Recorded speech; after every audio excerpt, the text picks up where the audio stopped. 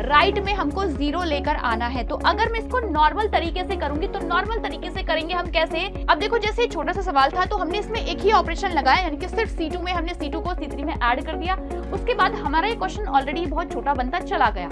एक और क्वेश्चन करके देखते हैं। चलो, ये वाला हमारे सामने क्वेश्चन है। हमसे पूछा गया है कि भाई हमको इसके राइट में दिखाना है, मतलब बताना है कि क्या होगा इसके राइट में। ठीक है, ये क्यों नाम है C1 में C1 plus C2 plus C3 करके देखूं, सबको ऐड कर दूं तो देखो मुझे क्या मिलने वाला है। तो यहाँ जो मुझे मिल रहा है ये सब तो कट चुका है ना ऑलरेडी, ये सब तो ऑलरेडी कट चुका है। तो हमें यहाँ से क्या मिलेगा, 0 0। तो hi, hello, good morning, good evening, namaskar and whatever you feel connected with. My name is Priya Mavi and I am your maths educator. और मैं एक बार फिर से आ गई हूँ आप लोगों के लिए एक नए टॉपिक के साथ, यानी कि रॉ एलिमेंट्री मैथड। बहुत सारे बच्चों का कहना था कि मैम ये वाला मैथड हमें सीखना है, क्योंकि ये बेटा आपकी एनसीईआरटी में है नहीं, लेकिन इससे क्वेश्चंस आ जाते हैं आपके यूपी बोर्ड में, तो हमें ये सीखना है। बहुत बच्चों ने बोला, तो मैंने सोचा क्यों ना आज इसी के ऊपर एक वीडियो लेकर आई जाए। आप लोगों के ही कमेंट है तो हम हाजिर हो चुके हैं आपकी रिक्वेस्टिंग वीडियो के साथ। सो फटाफट से देख लेते हैं कि भाई क्या होता है आपका रो एलिमेंट्री मैथड। बेसिकली ये जो मैथड है ये आपका बेटा डिटर्मिनेंट चैप्टर में यूज होता है, यानी कि जब हमको कोई डिटर्मिनेंट दिया जाता है और उसकी हमसे वैल्यू पूछी जाती है। हमारे पास किसी भी डिटर्मिनेंट की वैल्यू निकालने के अलग अलग मेथड्स होते हैं, जिसमें से ये भी एक मेथड है। एक नॉर्मल अपना जो कहते हैं कि डायरेक्ट मेथड होता है, जहां पर हम रो एंड कॉलम से डायरेक्टली सॉल्व करके निकालते हैं अलोंग R1 या अलोंग C1, जैसे भी आप करते हैं वैसे, जो कि आपकी एनसीईआरटी में मेंशन है वो वाला मेथड। इस वाले मेथड में हम क्या करते हैं, हम अपने रो एंड कॉलम्स में कुछ ऑपरेशंस लगाते हैं और उन ऑपरेशंस के थ्रू हम फिर यहाँ पर क्वेश्चंस को शॉर्ट बनाते हैं, छोटा बनाते हैं और जल्दी जल्दी आंसर तक पहुंच जाते हैं। तो फटाफट देखते हैं ये मेथड किस तरीके से क्वेश्चंस में लगता है और कैसे हम इसको सॉल्व करते हैं। चलिए एग्जाम्पल के साथ देखते हैं। जैसे मैंने यहाँ पर ये एक क्वेश्चन ऑलरेडी लिखा हुआ है बेटा, आप इस क्वेश्चन को देखिएगा क्या लिखा हुआ है यहाँ पे कि हमें दिखाना है कि लेफ्ट में जो भी आपके पास डिटर्मिनेंट की वैल्यू है, राइट में हमको 0 लेकर आना है। तो अगर मैं इसको नॉर्मल तरीके से करूंगी तो नॉर्मल तरीके से करेंगे हम कैसे कि हम इसको अलोंग R1 सॉल्व करेंगे, यहाँ पर 1 लिखेंगे, फिर रो कॉलम्स को हाइड करेंगे, तो इनकी आपस में क्रॉस मल्टीप्लाई करेंगे। तो वो तो हमारा एक जनरल तरीका हो जाता है, जिससे क्वेश्चन थोड़ा सा कॉम्प्लिकेट बन जाता है। हम यहाँ पर लगाएंगे अपना रॉ एलिमेंट्री मेथड। एंड आप देखो, जैसे मैं आपसे बात करूं कि भाई हमारे पास लेफ्ट साइड क्या है, लेफ्ट साइड में ये जो लिखा हुआ है कि 1 1 1 1, फिर है आपके पास A B C, फिर है आपके पास B प्लस C, फिर है C प्लस A एंड फिर है A प्लस B, इस टाइप से बेटा। तो आप एक चीज ध्यान से देखिए, हमारे पास यहाँ पर कुछ चीजें, ये कॉलम C1 है, ये C2 है और ये C3 है, ये अपना R1 R2 R3 है, ये रोज होती हैं आपकी, ये कॉलम्स होते हैं। ठीक है, इतनी बात तो हमें पता है। इस मेथड में हमारी कोशिश ये रहती है कि हम जो यहाँ पर 1 1 देख रहे हैं, तो बेटा हमारी कोशिश हमेशा ये रहती है, देखो यहाँ पर तो ऑलरेडी 1 1 है, बट हम पहले यहाँ पर 1 1 बनाने की कोशिश करते हैं, चाहे वो जैसे भी करें।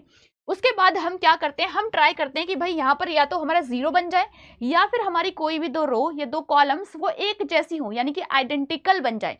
क्योंकि हमारे पास एक प्रॉपर्टी होती है कि अगर आपकी 2 रो या 2 कॉलम्स आइडेंटिकल हो जाती हैं तो हम उसका आंसर सीधा 0 लिख सकते हैं।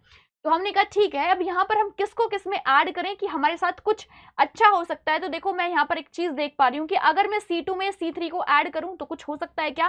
तो बेटा हम यहाँ पर ऑपरेशन लगा रहे हैं C2 में, और C2 में हम C3 को ऐड कर रहे हैं। हम सिर्फ C2 कॉलम में ऑपरेशन लगा रहे हैं। तो मैंने यहाँ पर लिखा 1, कॉलम की बात हो रही है, ठीक है, तो कॉलम में हम ऐड कर रहे हैं तो ये तो 1 ही रहेगा, ये भी 1 ही रहेगा। यहाँ पर इसको इसमें ऐड करेंगे तो ये बचेगा A plus B plus C, यहाँ पर भी A plus B plus C हो जाएगा, और यहाँ पर भी A plus B plus C हो जाता है। यहाँ ऑलरेडी आपका B plus C and C plus A और A प्लस B भाई चल ही रहा है, क्योंकि हमने C3 में तो कुछ किया नहीं है, इसको तो हमने छेड़ा भी नहीं है।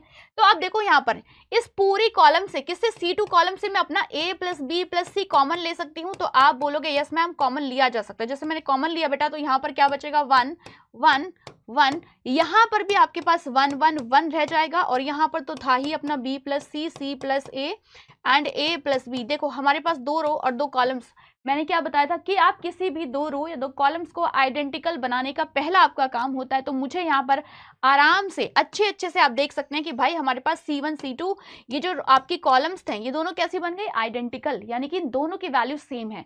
तो बेटा हम डायरेक्टली इसकी वैल्यूज क्या लिख सकते हैं, हम लिख सकते हैं भाई अब ये दोनों की दोनों आइडेंटिकल हो चुकी है, यानी कि अंदर से मुझे मिलेगा 0, यानी कि इस पूरे का आंसर आ जाता है 0। और हम इसको प्रूव कर देते हैं। लेकर हम क्या चले थे, हम अपनी लेफ्ट हैंड साइड लेकर चले थे और हमें मिल चुकी है राइट हैंड साइड, यानी विच मींस 0। तो इन क्वेश्चंस में अब देखो जैसे छोटा सा सवाल था तो हमने इसमें एक ही ऑपरेशन लगाया, यानी कि सिर्फ C2 में हमने C2 को C3 में ऐड कर दिया। उसके बाद हमारा ये क्वेश्चन ऑलरेडी बहुत छोटा बनता चला गया। यही फायदा होता है जब आप रो एलिमेंट्री मेथड लगाते हैं, चाहे तो रो में ऑपरेशंस लगाएं चाहे कॉलम्स में ऑपरेशन लगाएं। इस तरीके से आप अपने क्वेश्चन को छोटा बना सकते हैं। अब आप लोग इस सेम क्वेश्चन को अपने आप ट्राई करके देखना अपने नॉर्मल मेथड से, यानी कि अलोंग R1 को आप सॉल्व करके देखेंगे तो बहुत कॉम्प्लिकेट लगेगा और टाइमिंग भी आपकी इसमें जाएगी बहुत सारी। ठीक है, एक और क्वेश्चन करके देखते हैं। चलो, ये वाला हमारे सामने क्वेश्चन है, हमसे पूछा गया है कि भाई हमको इसके राइट में दिखाना है, मतलब बताना है कि क्या होगा इसके राइट में। ठीक है, अब यहाँ पर लिखा है शो दैट दिस, एंड बताइए आपको इसके राइट में क्या आएगा। तो सबसे पहले यहाँ पर देखो हम किस में क्या लगा सकते हैं, ये आपकी C1 C2 C3 है भाई, यहाँ पर ये आपकी R1 R2 R3 है। तो फटाफट से मुझे बताओ हम किस में यहाँ पर कॉलम्स लगा सकते हैं। कॉलम अगर मैं देखूं या रो बनाने की कोशिश करूं तो बेटा हम कहाँ से क्या चीजें बनाएंगे वो आप एक बार फटाफट से देखिए और थोड़ा सा अपना दिमाग यूज करिए कि हम यहाँ पर क्या क्या चीजें कर सकते हैं। तो देखो मैंने सोचा कि क्यों ना मैं C1 में C1 plus C2 plus C3 करके देखूं, सबको ऐड कर दूं तो देखो मुझे क्या मिलने वाला है। मैंने कहा चलो कर देते हैं बेटा, B minus C plus C minus A plus A minus C. देखो B minus C plus C minus A plus A minus B. ठीक है, पहली रो। फिर C minus A plus A minus B plus B minus सी।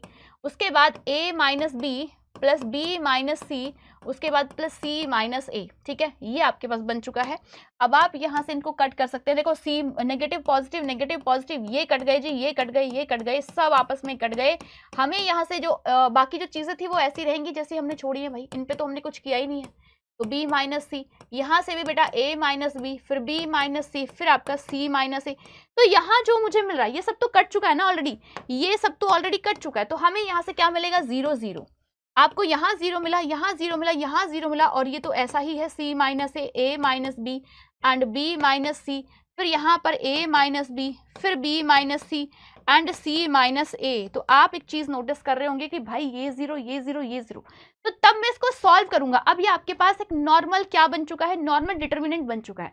अब आप अगर इसको solve करेंगे तो यहाँ से आपको जो वैल्यू मिलेगी बेटा वो 0 ही मिलने वाली है। तो इसकी जो राइट हैंड साइड हमारे पास आई है वो 0 आ चुकी है। ये होता है आपका रो एलिमेंट्री मेथड, यानी कि आप इस मेथड के थ्रू कुछ ऑपरेशंस लगाते हैं। अब जैसे मैंने यहाँ पर थोड़ा सा देखो आपको सोचना तो पड़ेगा कि हम क्या करें कि हमारा क्वेश्चन शॉर्ट बन जाए। जैसे C1 में C2 C3 को ऐड करके देखो हमारे दो ही मेन उद्देश्य रहते हैं यहाँ पे, या तो हमें 1 बनाना होता है या फिर हमें 0 बनाना होता है, या फिर हम कोशिश करते हैं कि हमारी दो रो एक जैसी दिखे या कॉलम्स एक जैसी दिखे। मेन फोकस हमारा इस चीज पे रहता है इस मेथड में। बेसिकली आपको ये मेथड कैसा लगा जरूर मुझे बताएगा इन द कमेंट सेक्शन बेटा। बाकी किसी और वीडियो में मिलेंगे आपके फिर किसी एक और डाउट को सॉल्व करते हुए। बाकी कमेंट सेक्शन में आप मुझे ये भी बता सकते हैं कि हम नेक्स्ट वीडियो किस चीज पर या किस पर्टिकुलर टॉपिक पर लेकर आए जो आपको लगता है कि इस पर मैम छोटी सी वीडियो आनी चाहिए, हमारा ये टॉपिक क्लियर होना चाहिए। ठीक है, तो आप मुझे कमेंट सेक्शन में सजेशन भी दे सकते हैं। नमस्कार, bye bye, thank you so much. मिलते हैं किसी और वीडियो में। जय हिंद।